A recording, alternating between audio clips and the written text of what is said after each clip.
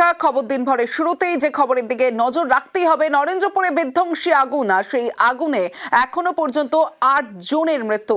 জোড়া গোডাউনে আগুনে মৃত্যু আরো বাড়ার আশঙ্কা রয়েছে। নরেন্দ্রপুরের অগ্নিকাণ্ড রবিবার মাঝরাতে যে আগুন লাগে, সোমবার রাতের ছবিটাও দেখাচ্ছি।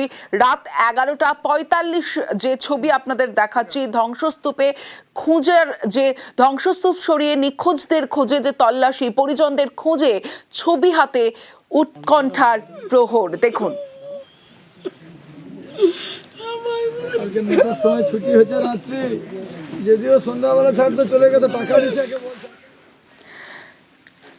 নরেন্দ্রপুরে এখনো পর্যন্ত 8 জনের মৃত্যুর আশঙ্কা করা হচ্ছে। যেমনটা পুলিশ সূত্রে আমরা জানতে পারছি, এই সংখ্যাটা আরো বাড়তে পারে। নরেন্দ্রপুরের গোডাউনে এখনো পকেট ফায়ার চলছে, প্রায় 31 ঘন্টা পেরিয়ে গেছে। এখনো পর্যন্ত যে ছবি দেখাচ্ছি, বেশ কয়েকটি জায়গায় পকেট ফায়ার চলছে এবং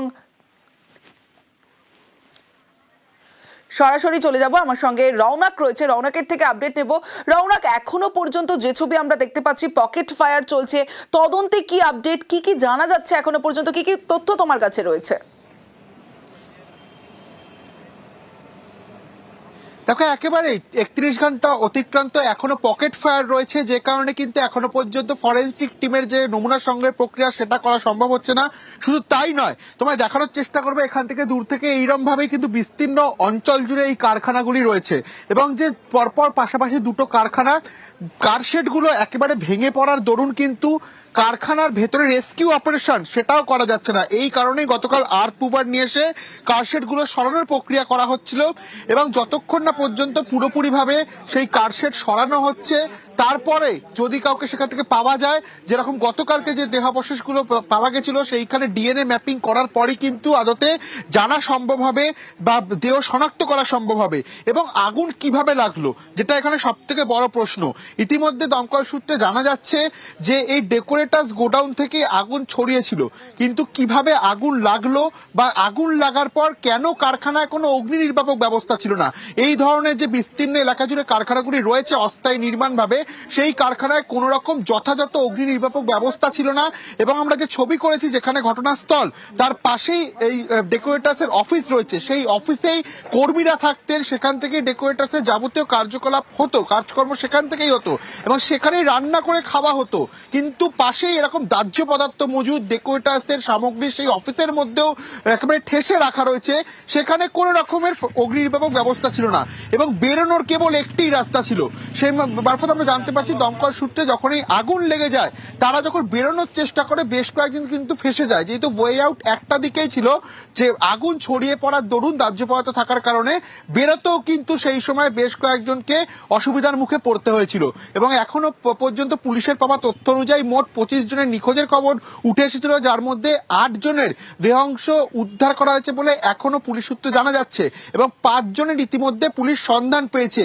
কিন্তু এই বাকি যারা রয়েছে, অর্থাৎ বাকি প্রায় 12 জন, তারা কোথায় রয়েছে, এই নিখোঁজদের খোঁজ চালাতেই কিন্তু পুলিশ এখনো পর্যন্ত স্থানীয় যে হাসপাতালগুলি রয়েছে সেখানে যোগাযোগ করছে এবং তাদের বাড়িতেও যোগাযোগ করা হয়েছে। যাদের আত্মীয় পরিজনরা আসেননি তাদেরকেও ফোন করে জিজ্ঞাসাবাদ করা হচ্ছে।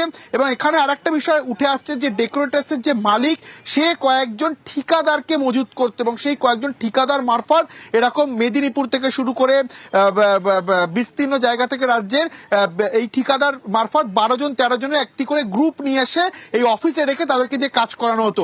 সেক্ষেত্রে যে মালিক, তার সঙ্গেও কিন্তু পুলিশ যোগাযোগ করার চেষ্টা করছেন এবং গতকালই এরকম একজন ঠিকাদারকেও জিজ্ঞাসাবাদ করা হয়েছিল, যে কিনা 12 জনকে নিয়ে এসেছিলেন এবং সেই 12 জনই নিখোঁজ। তাদের কিন্তু ইতিমধ্যে খোঁজে নরেন্দ্রপুর থানার পুলিশ তদন্ত চালাচ্ছে।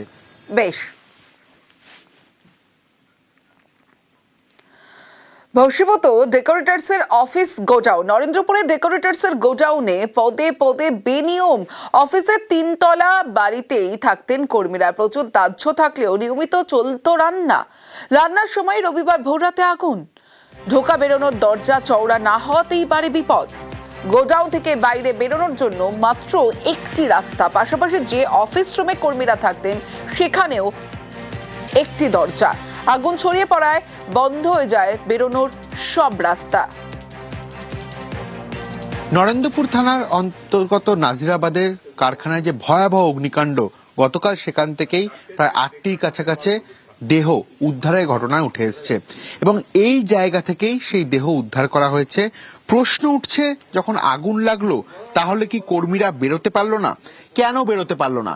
কারণ জানা যাচ্ছে যে যেভাবে এখানে কারশেড গুলো ভেঙে পড়েছে, তারা আটকে পড়েছিলেন এবং কোনো এক্সিট পয়েন্ট পাচ্ছিলেন না। দেখানোর চেষ্টা করব, এখনো কিন্তু আগুন জ্বলছে, দুদিকেই দেওয়াল, পেছনে এরকম ভাবে কারশেড ভেঙে পড়া, অর্থাৎ যে বেরোনোর প্রপার এক্সিট পয়েন্ট সেটা কিন্তু সেখানে বন্ধ হয়ে গেছিল, এমনটাই মনে করা হচ্ছে পুলিশ সূত্রে। এবং একাধিক জায়গায় যে গোডাউন, একেবারে গা লাগানো 4টি গোডাউন পাশাপাশি, সেক্ষেত্রে একটি এবং দুটি এক্সিট পয়েন্ট ছাড়া অন্য জায়গা থেকে কিন্তু এই কারখানায় বেরোনোর পথ সে অর্থে ছিল না। গতকাল দমকল কর্মীরা যখন রেস্কিউ অপারেশন চালায়, ঠিক এই জায়গায় প্রাথমিক কাজ তারা শুরু করে। এখনো তা বর্তমান, টিনের শেড এখনো ভেঙে পড়ে রয়েছে।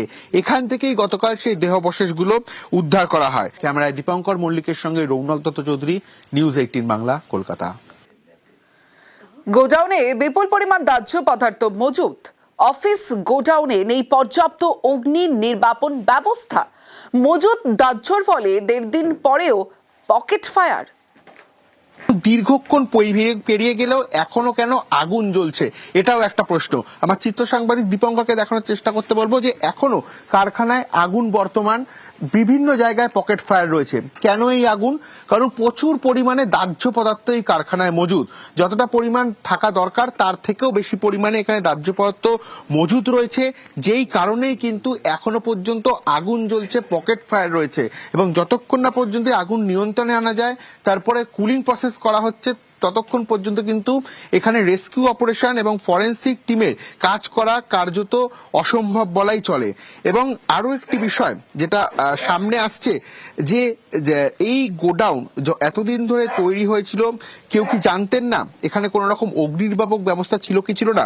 দমকল সূত্রে খবর, এই ধরনের যে বড় বড় কারশেড গুলো হয়, দেখানোর চেষ্টা করছি যে বড় যে এইরকম ধরনের কারশেড যার ভেতরে এরকম বিভিন্ন সামগ্রী মজুদ থাকে, সেই জায়গাতে কিন্তু প্রপার অগ্নি নির্বাপক ব্যবস্থা থাকে। কিন্তু এই গোডাউনে কিছুটা দূরে দূরে 4 থেকে 5টি ফায়ার এক্সটিংগুইশার ছিল। ফায়ার এক্সটিংগুইশার দিয়ে এরকম ধরনের গোডাউনে কিন্তু ফায়ার কন্ট্রোল করা হয় না। প্রপার লাইন করে যে ধরনের অগ্নি নির্বাপক ব্যবস্থা, সেই অগ্নি নির্বাপক ব্যবস্থা এই ধরনের গোডাউনে রাখতে হয়। কিন্তু কোন রকম অগ্নি নির্বাপক ব্যবস্থা এই গোডাউনে বর্তমান ছিল না, এমনটাই দমকল সূত্রে খবর। অর্থাৎ এর দায় নেবে কে? দীর্ঘদিন ধরে এইরকম ভাবেই এই গোডাউন চলে আসছিল এবং গোডাউনের মালিক গঙ্গাধর, তাকে বারংবার পুলিশ ফোন করছে, তার ফোন সুইচ অফ, তার কোন রকম হদিশ পাওয়া যাচ্ছে না। এবং যারা নিখোঁজ তারা কোথায় রয়েছেন, এটাই কিন্তু এখন পুলিশের কাছে প্রথম প্রশ্ন। ক্যামেরায় দীপঙ্কর মল্লিকের সঙ্গে রৌনক দত্ত চৌধুরী, নিউজ 18 বাংলা, কলকাতা। নরেন্দ্রপুরে বেশিরভাগ নিখোঁজ পূর্ব মেদিনীপুরে। নরেন্দ্রপুরের আগুনে মৃত 8, নিখোঁজ অনেকে। নিখোঁজরা তমলুক, ময়না, নন্দকুমার, পিংলা, পাঁশকুড়ার। নিখোঁজদের খোঁজে পরিজনরা। নিখোঁজদের বাড়িতে জেলা প্রশাসনের অফিসাররা। পরিবারের উৎকণ্ঠায় পাশে থাকার আশ্বাস প্রশাসনের।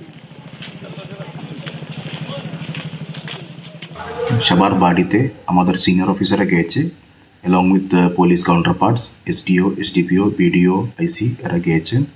আমরা ওদেরকে আশ্বাস দিচ্ছি পরিবারের পাশে রাজ্য সরকার আছে, ওদের কোনো what ever level of coordination দরকার ওটা আমরা করছি। ঘটনাস্থলে আমাদের 3 জন অফিসাররা ইতিমধ্যে পৌঁছে গেছে to help the administration there in coordination, to coordinate with আমাদের district administration in Purba Medinipur. এই কোঅর্ডিনেশনটা চলছে, পরিবারের পাশে গভর্নমেন্ট আছে, এই কথাটা আমরা গভর্নমেন্টের হয়ে বলছি। নরেন্দ্রপুরের আগুনে নিখোঁজ গুরুপদ সাউ। নিখোঁজ তমলুকের শ্রীরামপুরের প্রৌঢ়। ডেকোরেটার্সের গোডাউনে ফুলের কাজ করতেন, এখনো মেলেনি হদিশ। সুইচ অফ ফোন, দিনভর ঠায় অপেক্ষায় ভাই। দাদা কি ফোনে পাওয়া যাচ্ছে না? না, ফোনে পাওয়া যাচ্ছে না, ফোন সুইচ অফ। দাদা বয়স কত? বয়স 57 বছর। কত বছর এখানে কাজ করেন? হ্যাঁ, 10 বছরের বেশি করছে। কি আছে পরিবারে দাদা? দাদার বৌদি আছে আর 5 মেয়ে। তারা এসছেন তো? এসছিল, তারা মেয়ে ছোট বলে ও বাড়ি চলে গেছে। আপনি দাঁড়িয়ে আছেন হ্যাঁ, সকাল থেকে? সকাল থেকে। আপনার সাথে কথা হয়েছে? রাজ্যের মন্ত্রীর কথা হয়েছিল তো? ও এসছিল, এসে বলছে দেখছি, এই বলে নাম টাম লিখে নিয়ে গেছে। মিসিং। নরেন্দ্রপুরের আগুনের পর নিখোঁজ অনেকে। ভস্মীভূত গোডাউনের বাইরেই ঠায় অপেক্ষায় আত্মীয়রা। আনন্দপুরের অগ্নিকাণ্ডে একাধিক ব্যক্তি নিখোঁজ, সংখ্যাটা কত সেটা নির্দিষ্ট করে এখনো বলা সম্ভব নয়, কারণ অনেকেই অভিযোগ করছেন পরিবারের সদস্যদের খুঁজে পাচ্ছেন না। সংখ্যাটা কিন্তু নয় নয় করেও 20-25 জনের বেশি বলেই অনেকে যারা এসছেন পরিবারের লোকজন তারা দাবি করছেন। যারা দাঁড়িয়ে রয়েছেন, বিভিন্ন মানুষ দাঁড়িয়ে রয়েছেন তার পরিবারের যাকে নিখোঁজ তার ছবি হাতে। একজন দাঁড়িয়ে রয়েছেন তাদের জামাই হয়, কি নাম এনার? পঙ্কজ হালদার। কোথায় থাকেন? গড়িয়া স্টেশন, বালিয়ায়। গতকাল লাস্টে কথা হয়েছিল? হ্যাঁ, রাত 3টের সময় লাস্ট কথা হয়েছিল।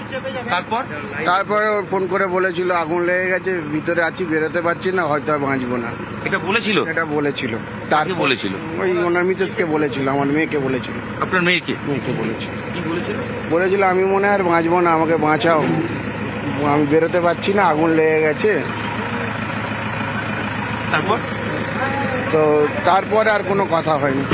আগুন লেগে যাওয়া অবস্থায় উৎকণ্ঠায় তিনি ফোন করেছিলেন, সাহায্যের আশ্বাস চেয়ে, সেটা পাননি। পঙ্কজ হালদার গড়িয়ার বাসিন্দা, এখানে দীর্ঘদিন চাকরি করতেন। গতকাল রাতে আগুন লেগে যাওয়ার পর তিনি জানিয়েছিলেন যে আগুন লেগে গেছে, তিনি বেরোতে পারছেন না। আরো পরিবারের অনেকের সদস্য রয়েছেন। আপনার হাজবেন্ড, আপনার সঙ্গে কথা হয়েছে রাত্রেবেলা? হ্যাঁ, লাস্ট 3টের সময় কথা হয়েছে। কি বলেছিলেন ঠিক উনি? ও আমাকে ফোন করে বললো, বাবাই এখানে আগুন ধরে গেছে, আমি আর বাঁচবো না, তুমি আমাকে বাঁচাও। এই লাস্ট কথা হয়েছে। তারপরে আমি আর পারিনি, দৌড়ে দৌড়ে এসেছি, আর দেখতে পাইনি ওকে। 12 ঘন্টার বেশি সময় আপনি দাঁড়িয়ে আছেন, কোনো খোঁজ বা কিছু পাইনি। রাত 3টের সময় আমরা এসছি এখানটায়, 3:30-র আগেও উদ্ধার করা বা কোনোভাবে? না, কোনো পাইনি এখনো, বডি তো হাতেই পাইনি। কালকে থানায় যেতে বলেছে ডিএনএর জন্য? হ্যাঁ হ্যাঁ, যেতে বলেছে।